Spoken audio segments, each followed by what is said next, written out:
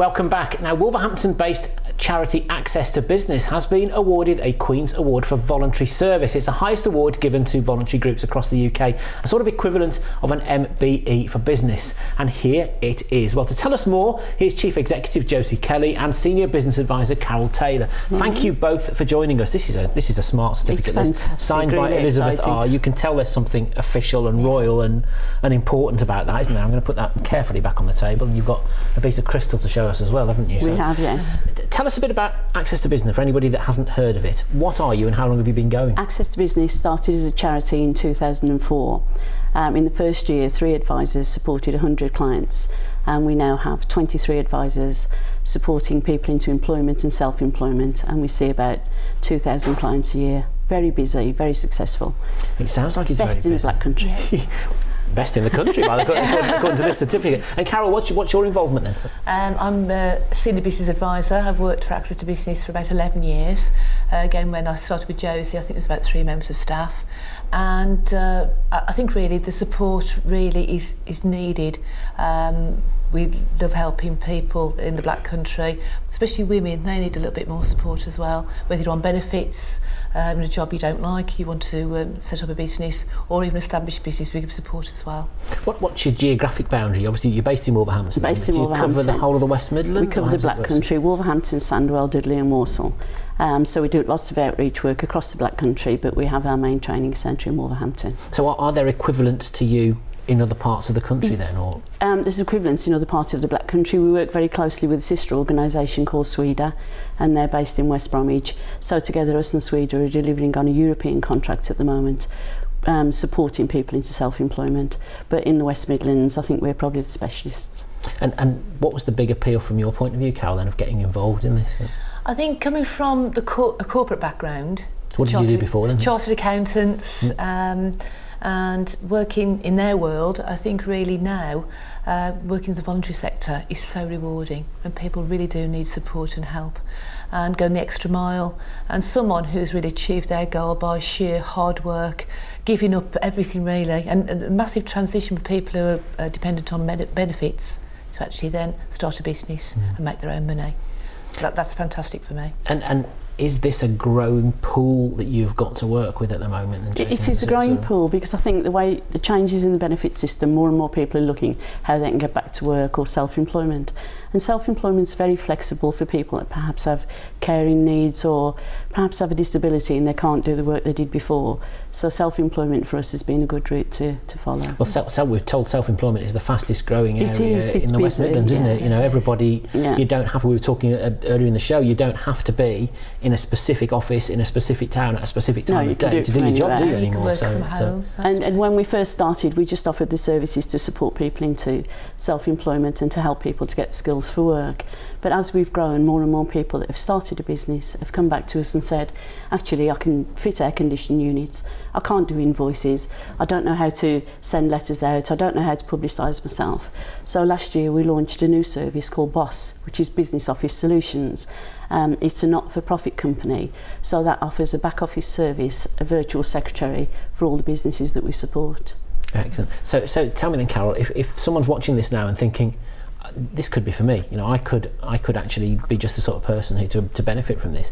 What's the criteria and how do people go about making contact? There's an information session, because it's not for everyone, so we it's a 2-hour information session, informing everyone about our services, everything that we do, because sometimes people want to go self-employed but they want to have a part-time job as well to supplement that at first. And then you were assigned to an advisor, myself or one of our colleagues. After that we put them onto our workshops, which is everything, core requirements about self-employment, business planning, finance, legals, marketing, social media as well, everything. And then you're back to your advisor, and then we take them to the next stage. And then you can go whichever way you think they need the help best. I see from just looking at one of your brochures here, I mean, you do things like workshops as well on areas like self-assessment, and you mentioned social media, online marketing, all the areas that are sort of one step away maybe from the core part of the business that people are involved in. So anyone that wants to start a business, if they don't know what to do, come and see us. And if we can't help, we probably know someone that can. And all our services are free as well, I might add as well. They're all funded. We have a contract with Wolverhampton, City of Wolverhampton Council. We have a contract, a European contract, and we have a local lottery and European contract. So there's no charge to any of the clients. I was going to ask you about that, because I see, you know, on here on this Start Your Own Business, it's got the European EU logo. What does that? How do you go? I know you have to jump through quite a few hoops to get European funding, and what does it mean? What's going on at the moment? Well, it means you have to spend many hours doing an application form and keeping your fingers crossed. But European funding for us, it's allowed us to put new programmes on, new workshops, develop the services. And as far as we're concerned, the contracts we have are 3-year funded, European funded, and that's why we're able to offer the services without any charge to the clients. So I don't want to talk about Brexit in too much detail, but does what's going on put part of this under threat, do you feel? Or have you had to do anything? Or I think it's a bit scary. The future's a bit scary. We've had European funding ever since the start of Access to Business, so I just hope in the future, when there's no more European funding, that whatever funding streams they are, they recognise the importance and the value that smaller organisations like ours can offer. I'm sure that, I mean, part of this money presumably was ours in the first place to give yes, back it was, to. yes. So you'd hope that it's still going to be there. Back again. What sort of businesses do a lot of the people you deal with tend to want to go into? Because I guess you get an opportunity to gauge what the economy's like then across the Black Country. It's really a great deal. I mean, we'll say, just going back to the comment about Brexit, there's never been such a good time then to sort of deal in and trade in the UK, and that's encouraging as well.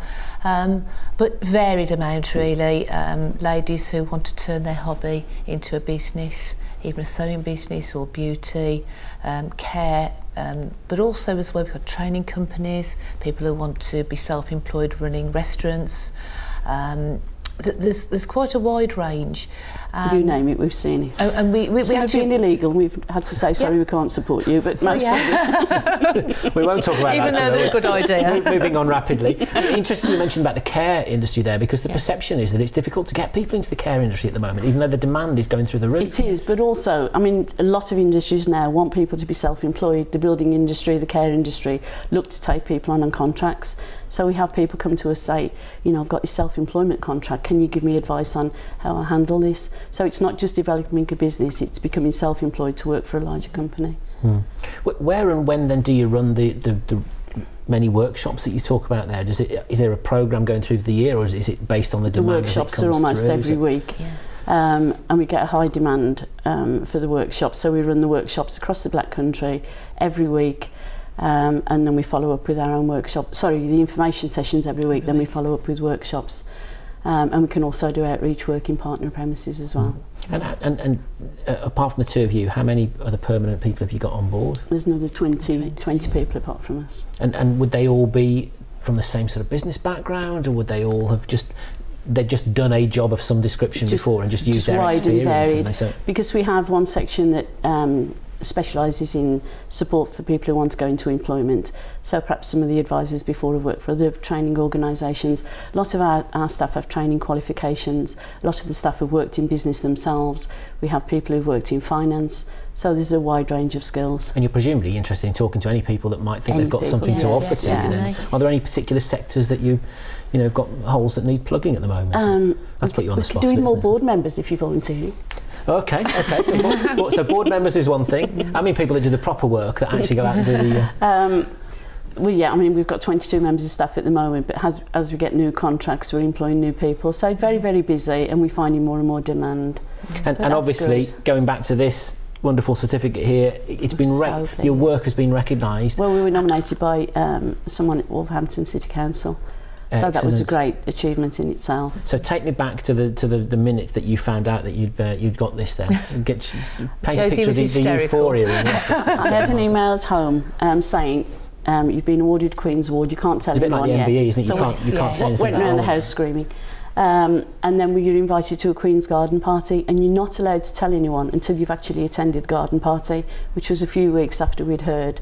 So it's quite difficult not picking the phone up and telling everyone. And then the actual presentation of the certificate here with signed by the Queen was done. Was it back in Wolverhampton? It was in the mayoral suite in the City of Wolverhampton Council a few weeks ago. That was wonderful. And that was fabulous. So we had some of our volunteers there, we had members of staff there, we had partners, funders. Very, very exciting. And it's giving something back to the people that have given stuff to you, isn't it? I think the thing is as well, I mean, we have mentioned as well, we do regular networking events and events that are coming up, and our volunteers are really key and important, play an important role in organising events and the face of access to business too.